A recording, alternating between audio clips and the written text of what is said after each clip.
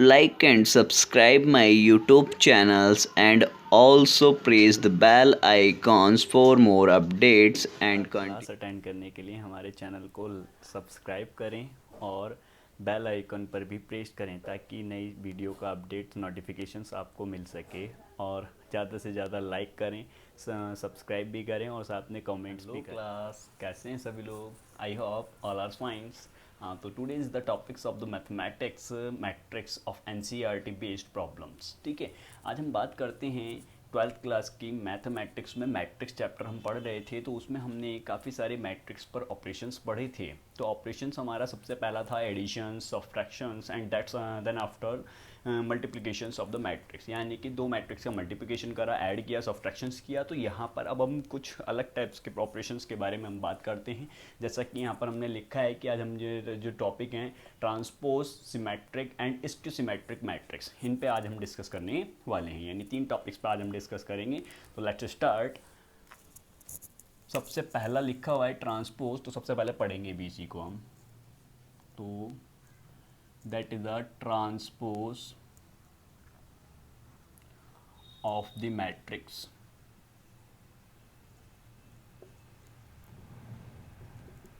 Transpose of the matrix पढ़नी है हमें यार।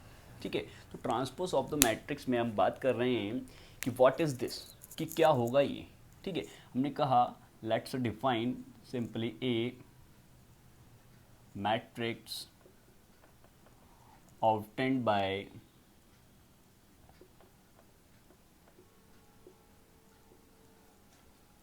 obtained by interchanging of row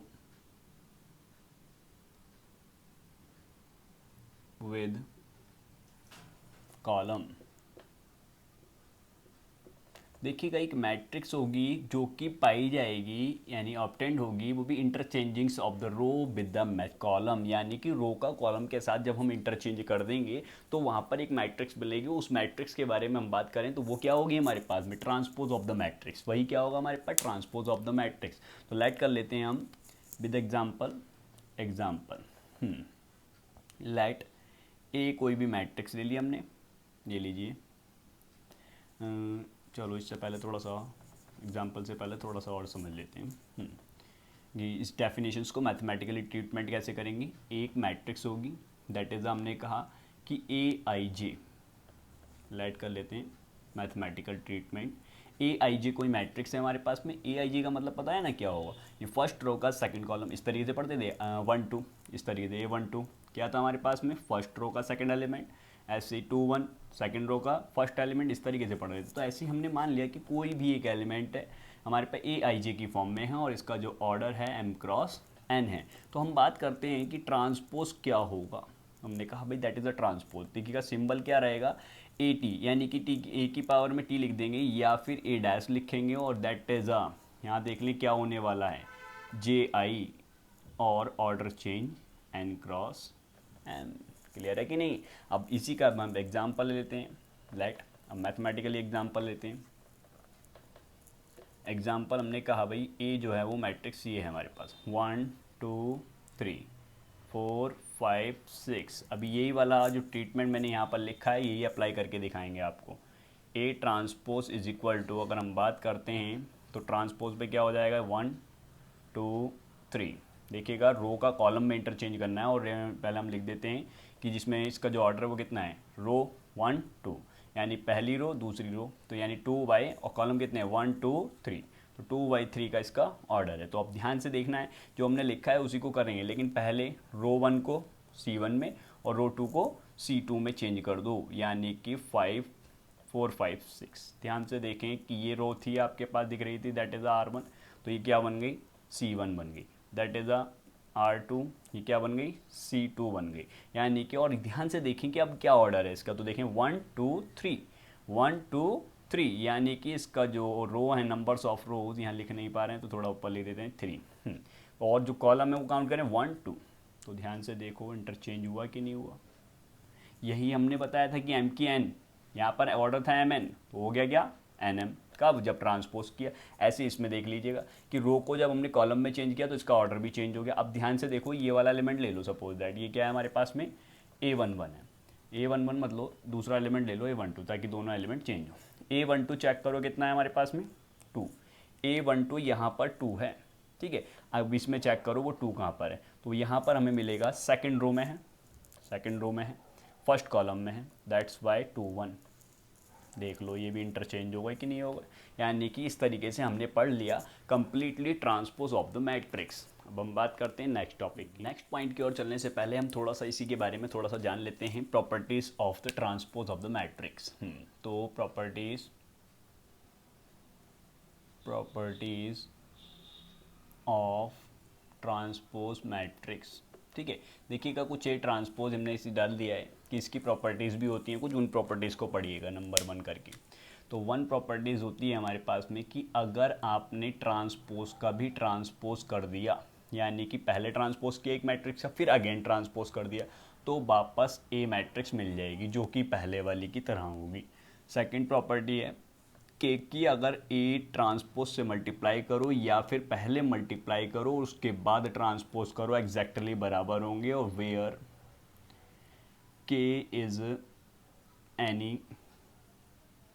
constant, ध्यान से देख लें कि या तो पहले मैट्रिक्स का ट्रांसपोज कर लो फिर मल्टीप्लाई करो, या फिर पहले मल्टीप्लाई कर लो फिर उसके बाद ट्रांसपोज करो, एग्जैक्टली दोनों बराबर होंगे। ध्यान रखनी है, वेरी वेरी इंपॉर्टेंट, शोज करने के लिए आती हैं कि show that and prove that, इस तरीके से जो क्वेश्चन आते हैं वो इसी यहीं से आएंगे, इसी प्रॉपर्टी से रिलेटिव, ठीक है। बात करते हैं हम next property is important property है ए प्लस बी का ट्रांसपोज। देखिएगा ट्रांसपोज में डैश भी लगा सकते हैं, टी भी लिख सकते हैं, कोई दिक्कत नहीं है।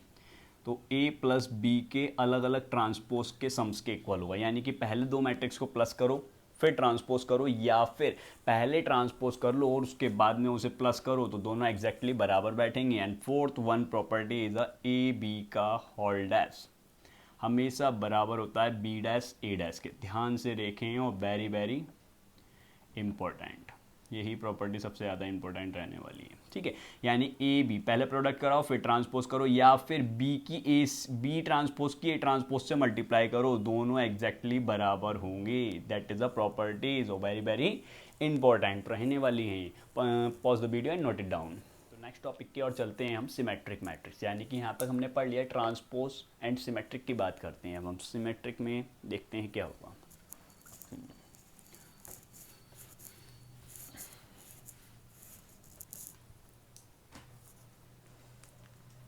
सिमेट्रिक मैट्रिक्स, सिमेट्रिक मैट्रिक्स, हाँ। तो सिमेट्रिक मैट्रिक्स की हम बात करते हैं तो बात करते हैं कि व्हाट इज डिफाइन। तो डेफिनेशन क्या होने वाली है इसकी, चेक करते हैं इसको। तो if A is a square matrix, ध्यान से देख लें, and A transpose is equal to A, then A is called symmetric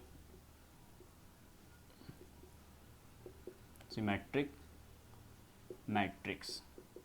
ध्यान देने वाली बात यहाँ पर यह है कि सबसे पहले A जो है वो एक स्क्वायर मैट्रिक्स होनी चाहिए, साथ में कि उसका ट्रांसपोज करें तो मैट्रिक्स वही वापस आ जाए। Then A is called symmetric matrix. Is that clear और नॉट?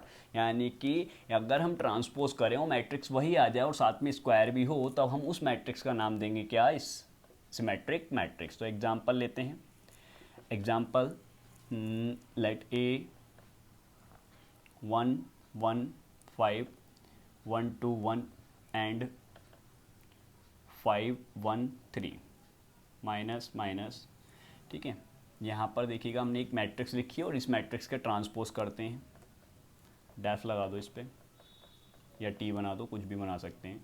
इसको बनाएं तो ये रो दिख रही है आपको, exactly that is a row. R1 को C1 बना दो एकदम बिना डाउट के। ऐसे ही -1 2 1 दैट्स फाइन, 5 1 3। अब ज़रा चेक करो इसमें और इसमें क्या डिफरेंस है, ज़रा चेक करके मुझे बताओ। पहली बात तो स्क्वायर मैट्रिक्स है, 3 by 3 का ऑर्डर है, दैट इज़ अ 3 by 3। सबसे पहले यहाँ पर भी नोट कर लिया हमने कि 3/3 की। अब चेक करो 1 -1 5, 1 -1 5, -1 2 1, -1 2 1, 5 1 3, 5 1 3। ऐसे भी चेक कर लो, ऐसे भी चेक कर लो, कैसे भी चेक कर लो आप, आपको दिखेगा क्या कि ये बिल्कुल जस्ट बिफोर मैट्रिक्स है, यानी कि एग्जैक्ट पहले वाले की तरह ही है। जबकि मैंने इनका ट्रांसपोज कर दिया, ट्रांसपोज करने के बाद भी मैट्रिक्स में अगर कोई चेंज नहीं होता है, that is called symmetric matrix. Next बात करते हैं हम स्क्यू सिमेट्रिक मैट्रिक्स की। पॉइंट की ओर चलते हैं, स्क्यू सिमेट्रिक मैट्रिक्स की हम बात करते हैं। तो स्क्यू सिमेट्रिक में और सिमेट्रिक मैट्रिक्स में कोई ज़्यादा बड़ा फर्क नहीं है, वो चेक करते हैं कि व्हाट इज़ दिस। ठीक है, तो डिफाइन कर लेते हैं पहले। If A is a square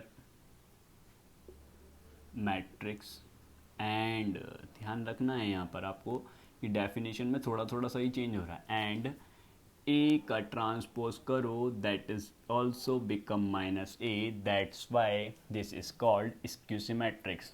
then A is called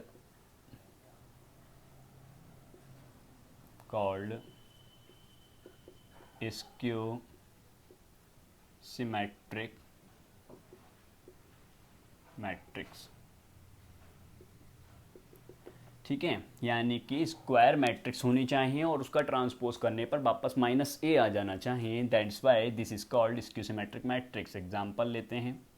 example में A इज इक्वल टू, हमने कोई भी एक मैट्रिक्स लिया 1 0 0 0 1 1 1।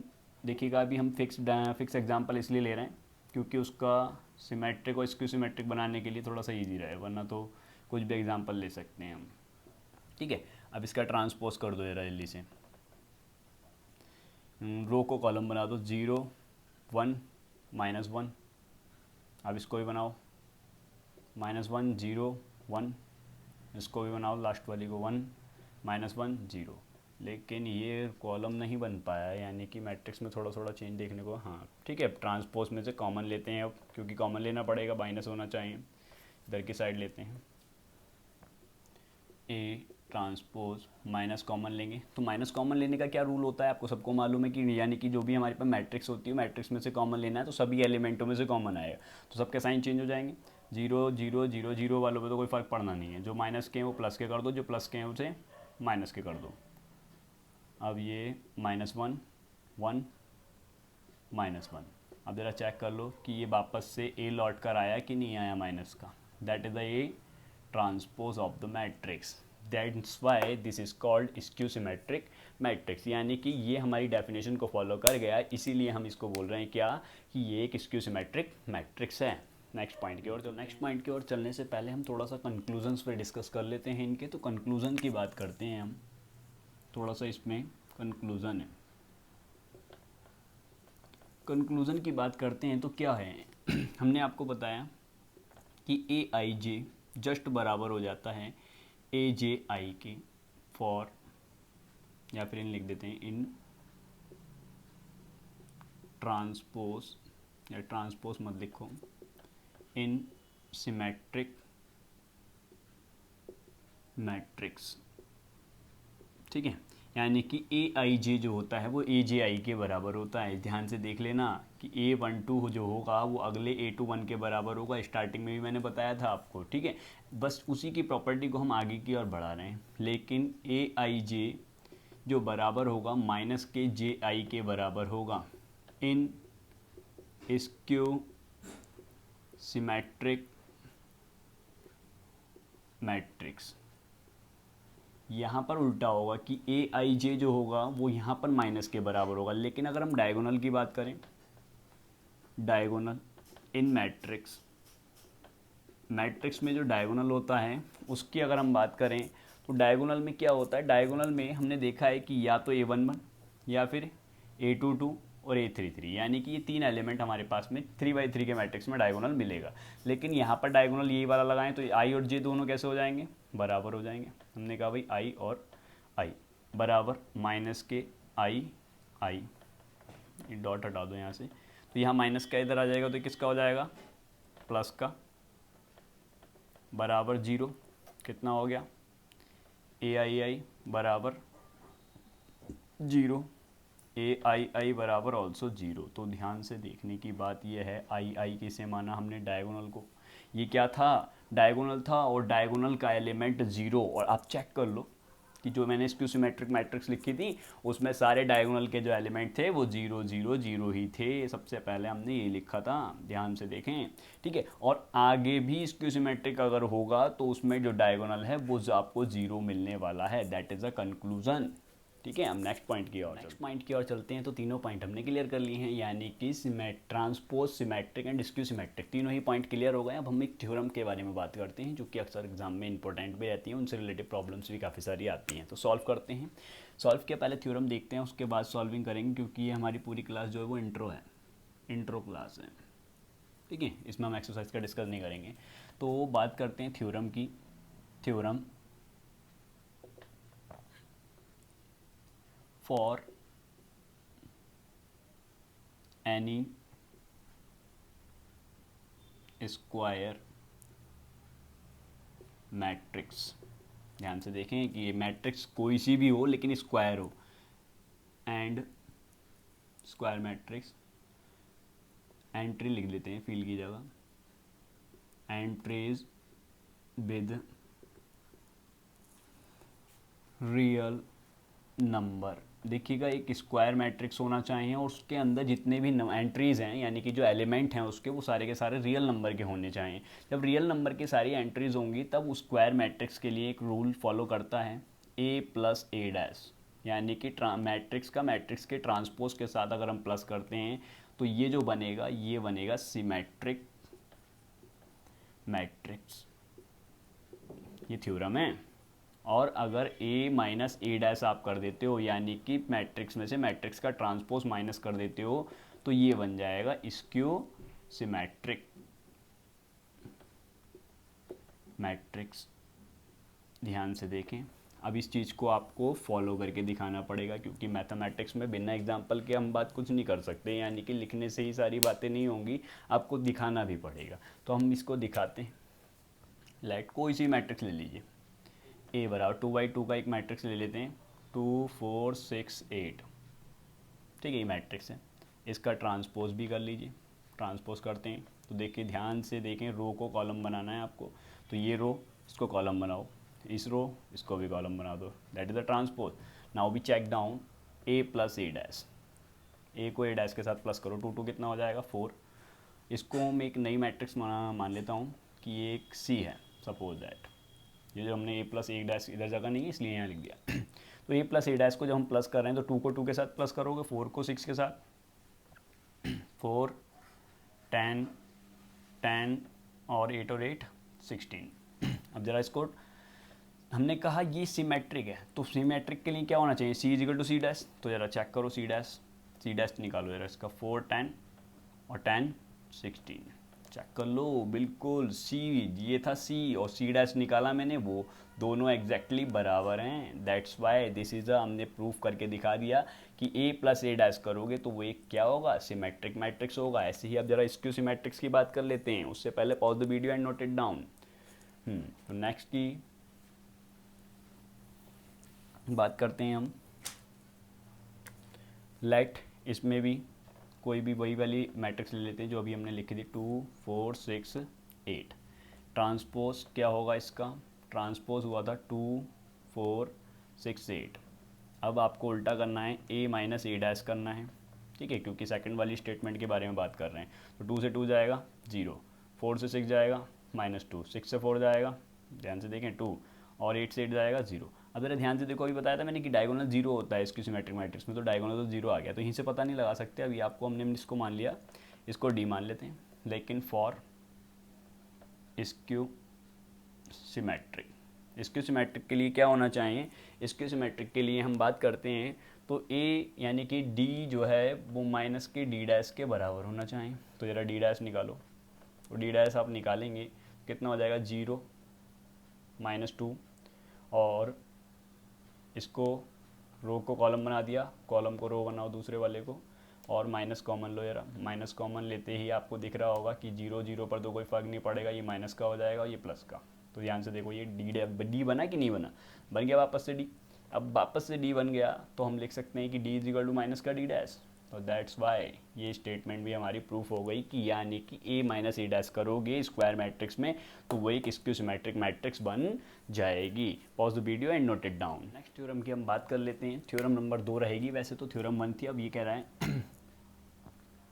N E square matrix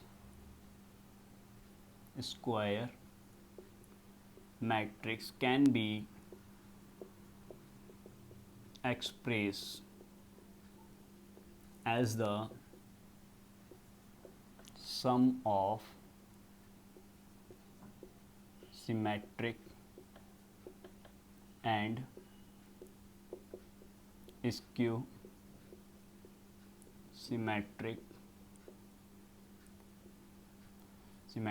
matrix. देखिएगा कोई भी स्क्वायर मैट्रिक्स को आप स्क्यू सिमेट्रिक और सिमेट्रिक मैट्रिक्स के सम्स के इक्वल उसको शो कर सकते हैं या फिर लिख सकते हैं, ऐसा ये थ्योरम बताना चाहती है। भाई बता सकते हैं, अभी हमने आपको बताया कि a plus A dash that is ये क्या था हमारे पास में, ये सिमेट्रिक थी, ठीक है, और a माइनस ए डैश क्या थी, ये थी स्क्यू सिमेट्रिक, शॉर्ट में लिख रहे हैं, ठीक है, पूरा कर लेंगे इसको। तो ये हमने कहा ये सिमेट्रिक थी और ये स्क्यू सिमेट्रिक थी, तो क्या इसकी 1/2 से मल्टीप्लाई करा देने पे कोई फ़र्क पड़ेगा? यहाँ पर चेक कर लो, यहाँ पर मैंने कहा 1/2 से अगर मल्टीप्लाई करा देंगे तो क्या स्क्यू सिमेट्रिक या फिर सिमेट्रिक में कोई फ़र्क पड़ेगा? कभी भी नहीं पड़ेगा, कॉन्स्टेंट से मल्टीप्लाई करने पर ऐसा कुछ भी नहीं होने वाला। अब ज़रा दोनों को ऐड करना, एडिंग, तो 1/2 ए plus A dash plus 1/2 A minus A dash, यानी कि जैसे ही दोनों को प्लस किया तो माइनस प्लस दोनों कैंसिल, ए और ए कितने 2 और अपॉन में भी 2 चल रहा है, ए 2 से 2 कैंसिल ए, तो यानी कि आपको दिख रहा होगा कि इन दोनों को अगर आप सम कर रहे हो तो वो ए के बराबर आ रहा है।